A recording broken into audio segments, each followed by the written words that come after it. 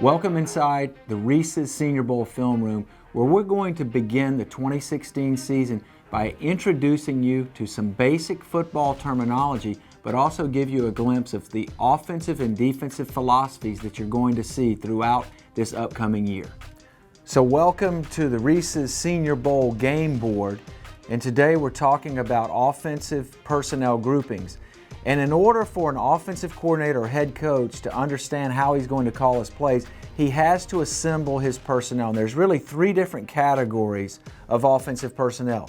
Number one, you've got your regular or base downs, primarily first down and second down situations. Then you have your third down, third and passing situations. They call those sub packages. And then you have the third grouping, which is essentially short yardage and goal line situations. Now what you're looking at right here is a base grouping of offensive players. You've got your offensive line, your tight end, two backs, and two wide receivers.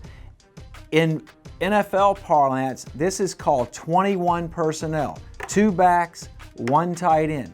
So 21 personnel means that you have two receivers on the field.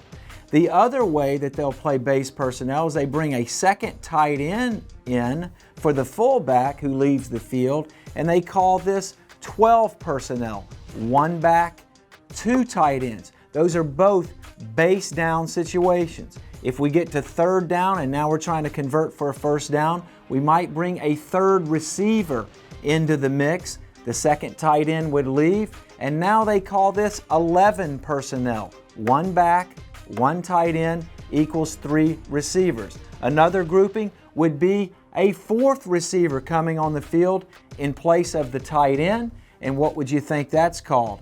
That's 10 personnel. One back, no tight ends. Now we have four wide receivers on the field. So those are first and second and third down situations. The last one to cover today is, if in fact, short yardage and goal line. Let's bring our tight end back onto the field. Let's bring our second tight end back onto the field. Let's exit two receivers, bring our fullback back into the game, take the third wide receiver out, and now this would be considered 22 personnel, two backs, two tight ends, and only one receiver on the field.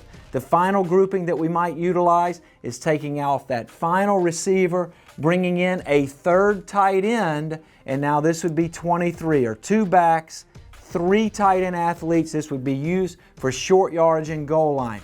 All of this is to say you have different packages for different situations, and next time we're going to talk about how the defense matches to this personnel.